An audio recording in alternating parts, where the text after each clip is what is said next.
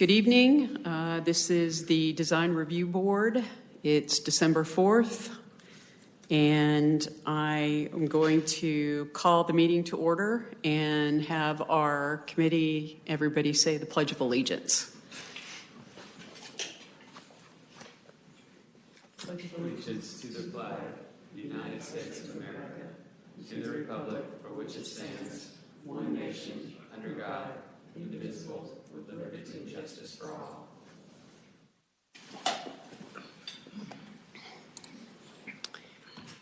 All right, I'd like to introduce the members of the Design Review Board. I will start to my right. Hello, Beniquas Palmer, Canterbury on the Lakes. I'm Tim Bryan. I have a business here in Crabapple. Reed Casey, Bethany Road. Laura Weiss on Crooked Creek. And our staff. Angela Rambo, Principal Planner. Thank you. All right. I need to get a motion to approve our agenda this evening. I'll make a motion to approve the agenda. I second. All in favor? Aye. Also would like to make a motion for somebody to make a motion to approve the November meeting minutes. I'll make a motion to approve the November meeting minutes. I'll second. All in favor? Aye. All right. We'll get to our order of business this evening, and we will start with our first agenda item, which will be demolition. Our first item is Freemanville Road demolition, address 15905 Freemanville Road. Madam Chair, staff would like to request another deferral on this item. It's been a few weeks, but we did speak, or Bob spoke with the applicant and the architect and gave them some additional guidance for incorporating that structure. And they're working on it, but I don't think we've heard back from them. So we're going to give them some more time. Okay. So I will need somebody to make a motion to defer this item to the next meeting agenda. Yeah, I'll make a motion to defer 1590 Freemanville Road. I second. All in favor? Aye. Our second item this evening is Mayfield Road demo, address 1120 Mayfield Road. Could the applicant please step forward?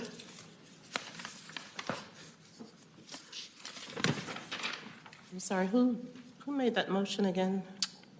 Reed. I made the motion. Reed. Yeah. And who seconded? I second. Thank you. Good evening. Good evening.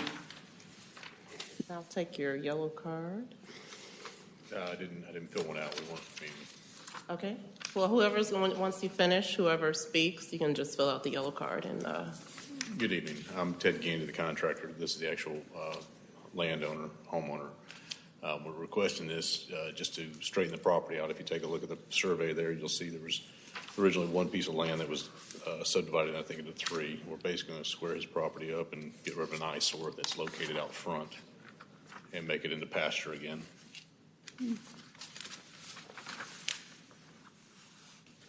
So tract 2, tract 1B, tract 1A, you're making one parcel again? It'll be track 2 and track 1B will be one parcel. One parcel, okay, got it.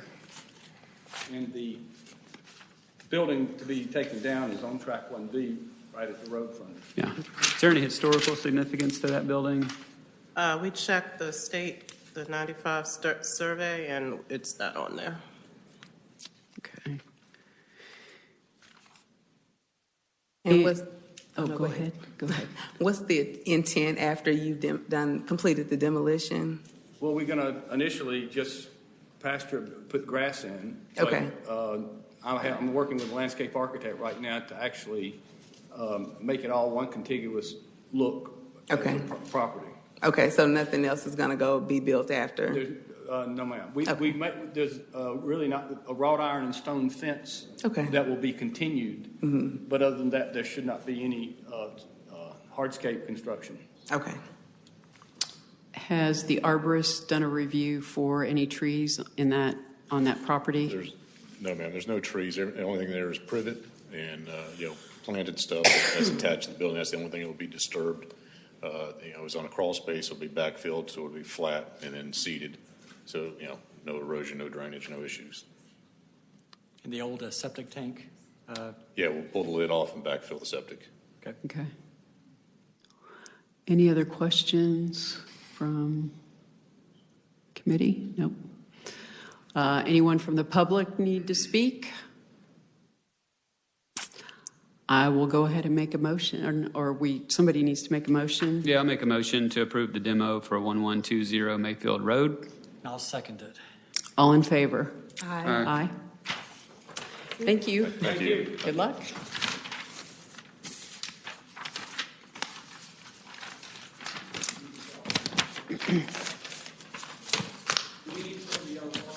Yes, please. Just for the record. Our second item this evening is a courtesy review, item RZ18-14/VZ18-09. Addresses 3475, 3485, 3495, 3499, and 3501 Bethany Bend. This appears to be for a rezone from TR and AG1 to TR for 54 residential units, condominium. And the applicant? Good evening. Steve Rowe with AEC, 50 Warm Spring Circle, Rockville. I'm here representing Corey Jones with Bayesian American Properties, and the property in front of you has actually been in front of you before several years ago. And it's a strange situation, but we're going from TR to TR, mainly to update the site plan to meet current market conditions. The previous plan had more of an attached condominium type project for seniors, and now this is more of a townhome / attached house where we have several different housing types throughout the development to kind of react to different market segments within this growing area of the city. We're entering at the almost completed traffic circle at Bethany Bend and Strickland. That will come up to an area where we've got some crossroads, where it's more of an alley, where the front of these units on Bethany Bend will actually front Bethany Bend. So the front doors will face Bethany Bend, the garages will be to the rear. The front yards will be such that each unit will have its own entrance, and some may be on the side, some may be in the front, because we don't want you to look like a fourplex. This may look like a duplex or one big house. We're trying to kind of disguise the architecture a little bit, and I'll let Carrie talk about that a little bit later. We've created quite a few ample green spaces. As you come down this slope, there'll be a nice green plaza here between the fronts of these units. There'll be another green plaza that brings you into the development. So what we did is we tried to really, instead of having one big area of green space, we tried to sprinkle it through the development so that each of the houses could kind of work with its own green space and take advantage of smaller, more intimate areas versus one large playfield type situation. The stormwater management will be handled here. Right back here is an existing floodplain, but we're going to take advantage of it with some pervious trails and some nature walks and preserve the trees in that area.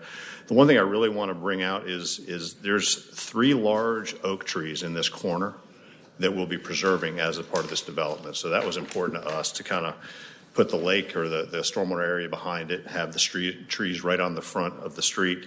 Obviously, with this being in the area, we'll have horse fence through here with some stairs up to the units with a nice sidewalk that kind of winds you up Bethany Bend. And then our secondary entrance would be up away from the traffic circle in this location to kind of lead you towards the back area of the development. At this point, I can answer any questions you have on the site plan, or we can keep moving to the architecture.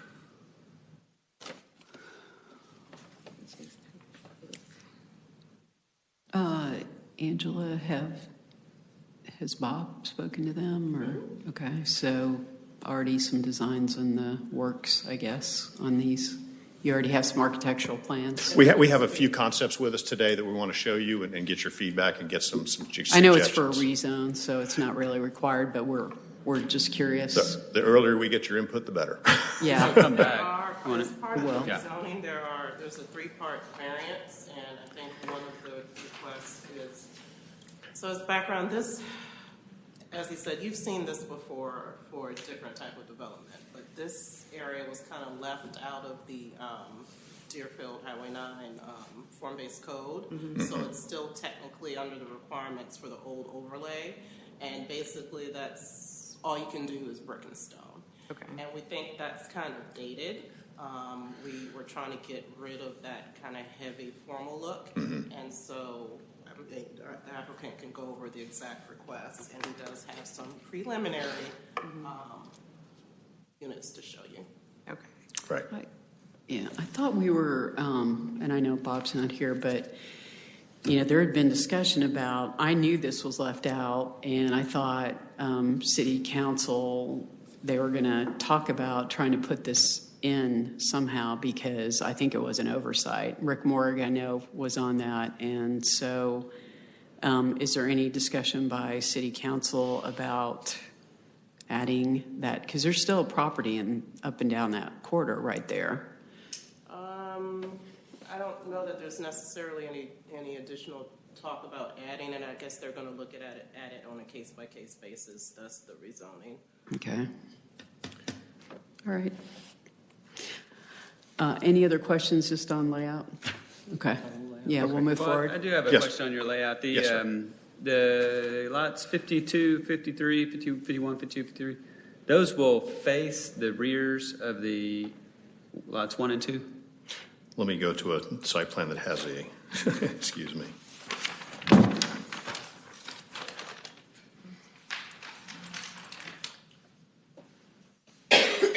Are you talking about in this location? I can't see what you're looking Oh, at. I'm sorry. That's okay.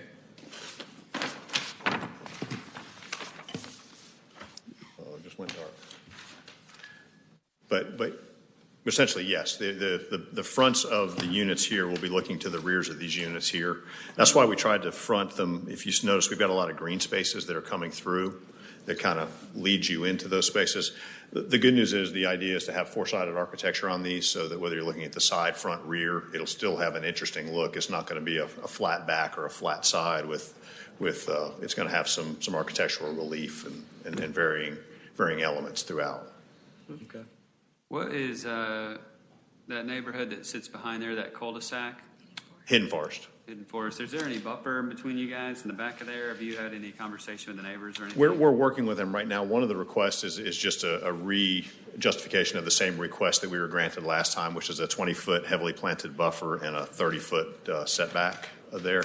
So we're just going to go back with heavy material. We're actually working with those homeowners after our CZIM last week to come up with a planting scheme that makes them happy and works for us as well. Yeah, I know they've been a vocal bunch before, so. And last week wasn't our first meeting with them. They've met with them several times. Yeah, so. keeping them happy would be a good thing because Yes. that's a fairly decent-sized community. So just so I understand, the basic request for the variance is strictly aesthetics. It's not to put something completely different than what's kind of there now. It's strictly to match the look of everything else. It's to match the look on the architecture from the site plan. If you noticed, because of the way the road orients and some of the property lines, we're very constricted with site here. So that's mainly the reason for the reduced buffer. What we're doing is we're taking the same amount of planting we would have in the larger buffer and condensing it into the 20-foot buffer. Okay. Which I think benefits actually both sides of the developments. There's no other amenities besides the green spaces in this neighborhood? No, sir. It says a mailbox kiosk / meeting room. Oh, was there? Oh, that's right. Yes, down here. There may be a small pavilion out there. Again, we haven't gotten to that level of depth, but knowing we have to have a mail kiosk, we're trying to get double duty out of it.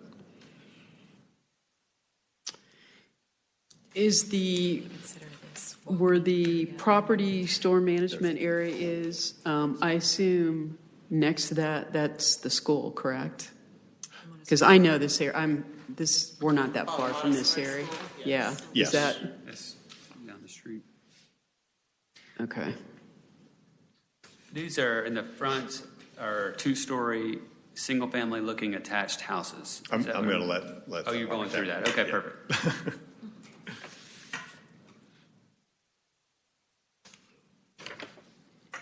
Yeah, go ahead. Okay, great. Thank Yeah, you. go ahead and move through that. I think Good. we're good. Okay. Inspiration. Elevation. Well, they're all be there. So speaking of Bob, I've met with Bob several times. He's been a super great partner. And This is Carrie Kraus, environmental architect. Okay. And, I'm not as familiar with Milton, and I'm from Buckhead. And so he was super supportive and gave me a lot of feedback of what he visions in the future of architecture and how he wanted this community to feel street side. And, he was the one that really encouraged us to consider these shared wall experiences so that we could have more green space. Being an environmental architect, of course, he and I spoke the same language.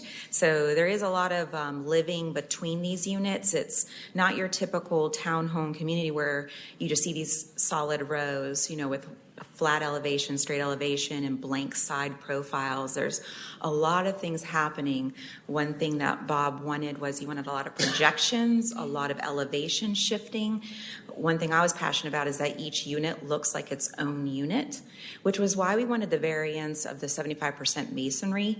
I wanted each unit to feel like it was aesthetically its own, but yet connected and cohesive with the rest of the community. So that's the variance that I'll speak about, the 75% masonry. And it really is about blending board and batten, blending shiplap siding, blending stone and brick. I did a lot of research on the historical relevance of your community with the cotton, the agriculture, the equestrian lifestyle.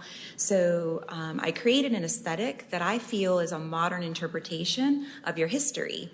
I went on your website and I read all of your vision and your mission for your community. And so one of them that really spoke to me was the diversity of economics within a community, the diversity of gender and age and lifestyle, family dynamics. And so you're going to see a lot of interesting things here. You're going to see some very narrow row houses, and then you're going to see very large end units. And we have master level living on some of these units so that we can have multi-generational experiences in this community.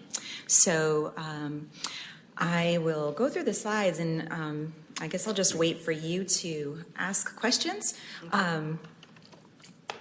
There we go. Thanks. Pretty busy roundabout there. Yeah. Lots of activity. It's interesting. I'd say that was probably a lot of the discussion at most of our meetings has been the community talking about this roundabout. It's pretty notorious. It actually works out perfectly. We chose the entry to the community on center with it. We felt that was the least disruptive to traffic. We also gave it a secondary entrance, again, for our residents in the back side of the community to kind of share the load of traffic onto Bethany Bend. So we have those two entrances. The sight line coming off this roundabout is on center with a beautiful green space. Each of these green spaces will have community living opportunities, benches and fire pits and all kinds of neat little things for the members to kind of come together in different parts of the community. One thing that Bob was passionate about was sidewalks to the street. He really wanted to continue the vision that you have on Crabapple with that kind of pedestrian lifestyle. So even though we don't really have the, I would say, the intentions of pedestrian lifestyle or city lifestyle out there yet, there's a future for it. So we've designed this with that in mind. So we feel ahead of it, thanks to Bob explaining what his passion is for this. So do you have any questions so far? Not yet. This is one of my favorite elevations, actually, of what we've done. You can really see the uniqueness of each unit and the projections, the elevation shifts. You see brick, you see a lot of a nod to the barn structures and some really interesting eaves and dormers. And, we really wanted to utilize all 3 floors. So we have, these are 3 stories on these narrow units. We do have some 2 stories toward the back. We've tiered it intentionally so that the roof line shifts quite a bit. Here's a really interesting unit, this end unit. It's actually one full unit, and but again, the lifestyle. This is for possibly a very large family or an empty nester. There's another elevation of a very similar model. There are a total of, we started out, there's 54 units, and almost every single unit has its own structure architecturally and its own floor plan. So there's that. Do you have a, oh no, go ahead. What's the average square footage? So we have some around 2,000, those very narrow convertals. They're 1,800 to 2,000, and then we have some as high as 3,600. Okay. And do you happen to have a slide that shows the back, the parking? garage. What does the parking Not look like? yet. No, we are just now diving into this as far as how we want each unit to function. I will tell you, each unit has a 2-car garage. Okay. Each unit has either a lengthy pad, a lengthy driveway, or a short driveway, but 2 cars can fit on the pad. Right. So you can house 4 cars in each unit, even the smaller ones. So where would guest parking be? Because it looks kind of narrow. It'll be either in the driveways, or we'll be able to do some parallel spaces probably in the alleys. We can't keep them on the front because the front's kind of a narrow road on purpose. We don't want on-street parking there. Okay. Anything else? And after you met with the other residents in the other areas, what were some of their comments, if any? Well, we've actually, we were ahead of it. Oh, gosh, when was that very first meeting in Kroger?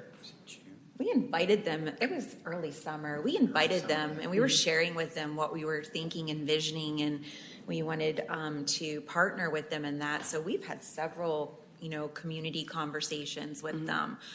For the most part, there's obviously concern about how does this work within their system, within their structure. Is there access, things of that nature, and what does the landscaping look like? And for the most part, we've accommodated. One of their biggest questions was when does the traffic circle get finished? Yeah, that's really. I agree. Yeah, it has nothing to do with that. Right, right. So I do know that once AT&T moves their lines, it'll probably be 4 to 5 months. It'll be finished. Yeah. Their biggest concern was traffic. With only 54 units, and I will advocate for the developer, for Corey, we have the ability to go much more dense with the code. And with my passion with environmentalism and community, and with his passion toward building a beautiful, timeless, community, because this is his neighborhood, we opted out. We're at 54 units, and there's quite a substantial difference between what we can do and what we are doing. So they were very pleased with that, of course. And of course, they were pleased with the fact that, these are aesthetically pleasing, very great price points for the community as far as their value of their home state. Looks like an Aspen Chateau is the way you've drawn this out. Looks good. Looks nice. Great presentation. There are some similarities to the senior living a little bit, so that's good. The senior living facility, Phoenix, has a little bit of similarity, and there was a reason why we worked with them for months trying to get the right, because we're trying to change the Highway 9 to look different, and that was kind of the first big project to start changing that. So. This is good. This will start tying in finally. It's taken forever to get there, but we're pretty proud of it. I'm an international architect. I do work all over, and there's a lot of European influence. This is a very forward-thinking design, and Tracy Ward's been part of it, and he is super pumped about this project. And everyone who's seen it really loves it because it shows a unique product to Milton. But this is ahead of trend, and we're seeing this in Buckhead. We're seeing it in Alpharetta, and of course I'm seeing it all over in my travels. So it's going to be a dynamic community. So. Have you thought about what you're going to do with some of the exterior lighting on? Yeah, we have. In fact, we have some what I would call reproduction fixtures that we're looking at. Tracy found one in particular. I showed him one, and then he found one. We're going to play a little bit with antique brass and copper. I will also say, we have a lot more warm tones coming into this. Some of the garages, some of the windows, the doors are going to be stained wood. So we haven't had a chance to take this to that next level yet, but there will be a lot of warm, natural stained wood elements being added into this layer. So right now you're seeing a lot of the cool tones, a lot of the chromatics, but there'll be a lot of warm tones coming in. That's good. Nice. Yeah. And before, did you say that this development does tie in, that the other neighbors in the back will have access to come to this, or no? We're discussing it. Okay. They want it, No, and most of them they did not. don't. They don't want it. Okay. It was strange. Some of them did, though. But yeah, I think we're just going to a default. Okay. Because I was going to say, if that was the case, that would definitely be what I would bring a whole lot more information about it, because they would want to hear, well, how does this tie into their traffic and, getting in and out. They have a gated community, and they want to keep it that way. Okay, Yeah, gotcha. they do. Okay. That is gated, yeah. Okay. Yeah. So we're a courtesy review, which means we don't take a formal vote. We just provide our comments to Angela, and then those actually will go to the variance BZA for input into their decision on the zoning.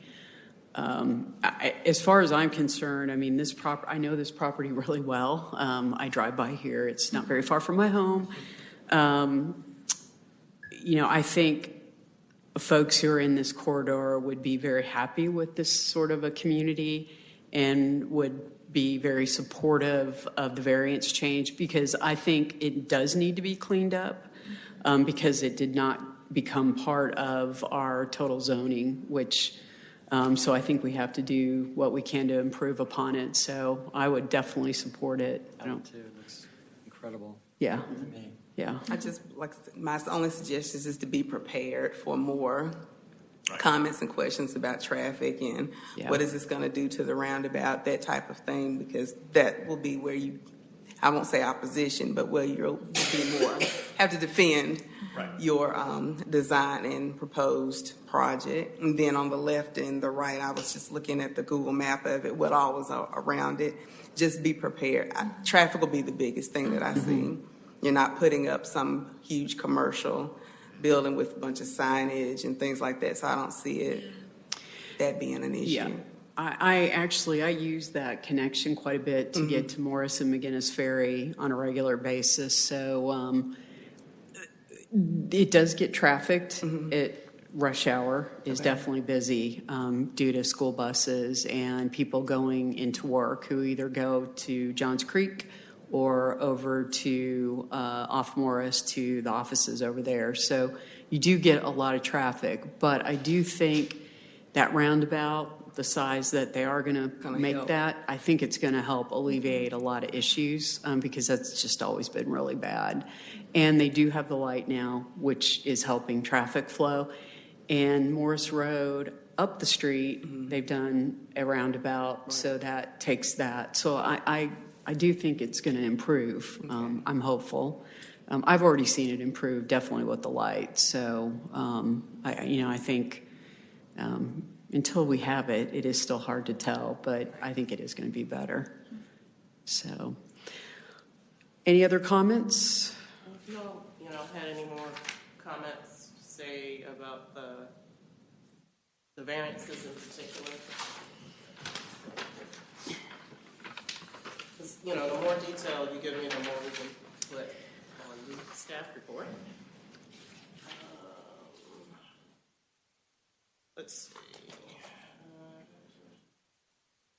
So, let's see, we'll just maybe go through them. I guess the first is to delete the 75-foot undisturbed buffer and replace with a 20-foot landscape buffer or 50-foot undisturbed stream buffer where applicable. Any thoughts on that? Where is that, Angela? Yeah, that's right. I was trying to figure out where that was. You're talking about 75 on the So I believe that rear? would be on the rear of the property? On the back. Yeah, it would be, let me pull up the,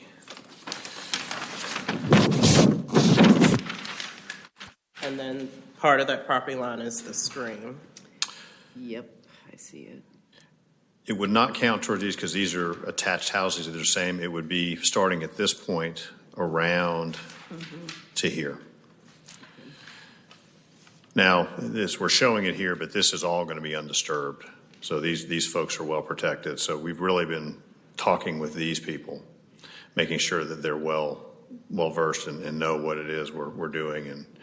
And actually, the distance away from the homes when you start measuring is going to be adequate.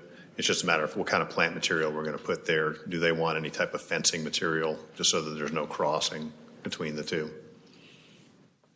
So can you say this one more time? The 75-foot buffer, maybe come up here. Do you mind to come up here and show me? Sorry, if you look over. No, that's fine. You're talking about deleting this 75-foot buffer here. Yes, all All the way around? the way to here.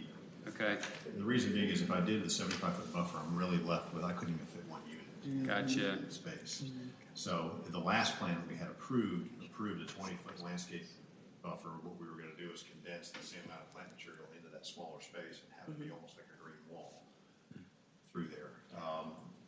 These folks really didn't have that big of an objection. Their biggest thing was no fence there now. Would we, talk about the fence? It would make sense because they are gated. They're worried about folks here traveling their way. I understand. Yeah. What kind of fence were they proposing? They had. We just were going to talk about that. Our preference would be something that's low to no maintenance.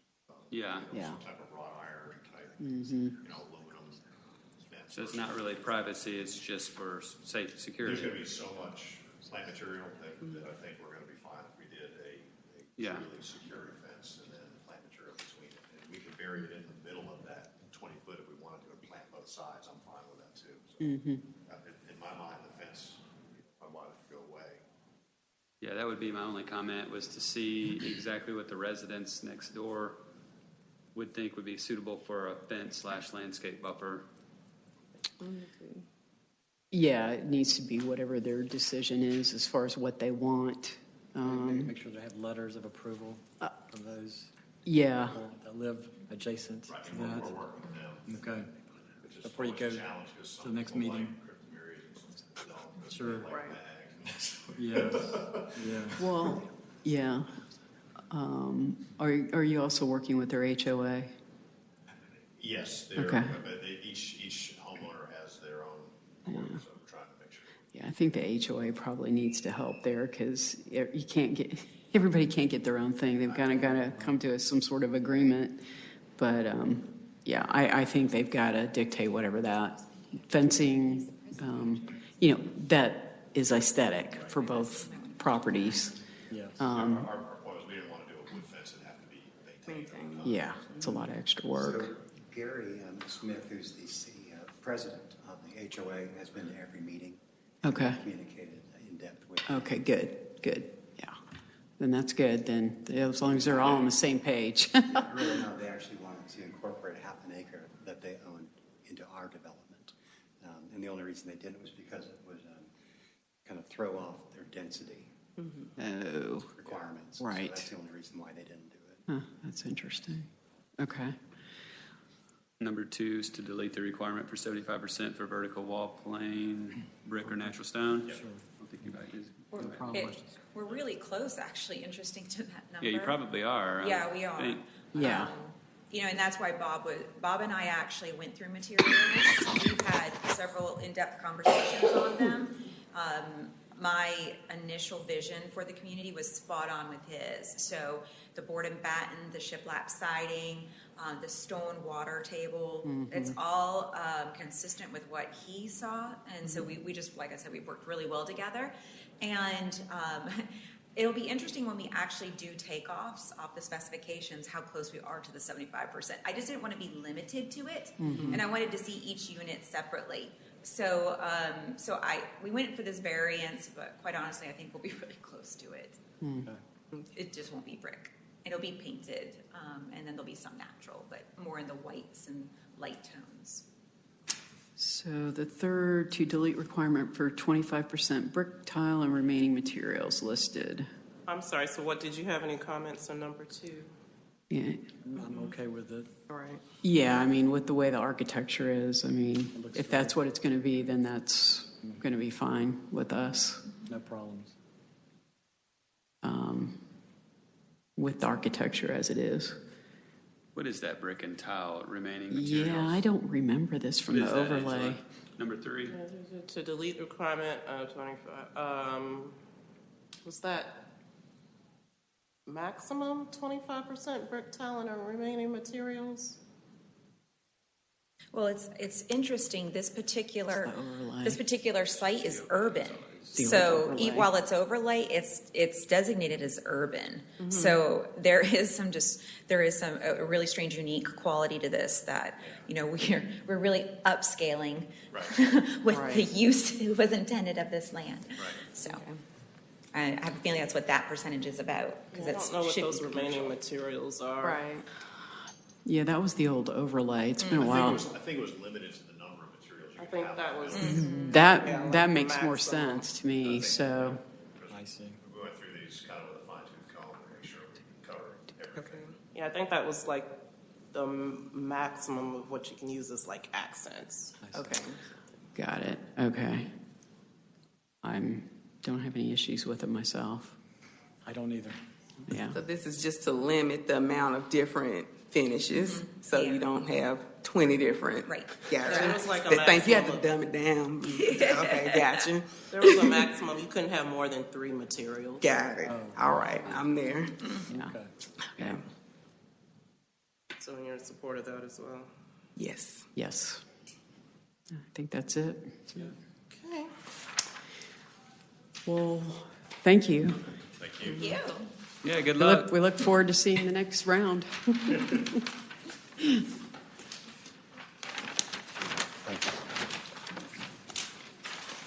I think that was our last item. Is there any old business to cover?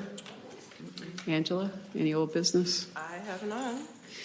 Any new business? So I guess the next meeting won't be on January 1st, Oh, you know? did Cody send out the calendar, the proposed calendar? Oh, I didn't see that. Seen anything? I think the Yeah, next we Tuesday did is move January that 1st. to, what is it? Yeah, no, I think you're Or the right. one after that. Yeah. Let me check. I was just thinking about that. Try and remember to put the new calendar on the agenda. So it would be January 8th. Okay, Everybody okay with that? yes. Did we make it too hard on this Freemanville Road guy? The demo, To go through, I mean, it seemed like he was ready to bring the backhoe and take this building down, and our suggestion, I don't think was over the top. it been was, months. we were harder on him than we had been on other people, let's put it that way. Because then the Stone House came in on, what is that, Mayfield? And, they're taking that down, and that's on the register. The way the ordinance is written, there's a lot of flexibility in the ordinance. Basically, it's not saying you can't take this building down. It's saying we want you to try as best to incorporate this building into what you're going to replace it with. Right. And I don't think we necessarily explained that very well to the Freemanville He's having a Road hard time. guy. All we were really asking, he could have put a fire pit out there with something Well, to do with the house, the old house. we needed to clarify that, and we did. Is he okay? I mean, it's been months. He kind of had to, he had plan A, and then we kind of scrapped that, and so he went to plan B, which was, I think he had the impression that he had to keep that building. So now he's back to plan A or C or whatever. But he knows so. what to do now. He does. Okay. He It does. seems like a lot of time and money, interest. That Yeah. He's Yeah. probably carried on that. Yeah. Yeah. So I don't know. He's been talking to Bob. I don't know when their last communication was. I wish he'd show up here. We'll give him I'll make a note to myself to get into contact with them and just update us He if was just nothing the builder, else. wasn't he? He wasn't even the homeowner. I think that was the builder that spoke to us. We've spoken to the homeowner as well. So Okay. we didn't want to be harder on him than anybody else. So I had to rein Bob in a little, but we're working through it. Okay, good. Well, if there is no old or new business, then we are adjourned.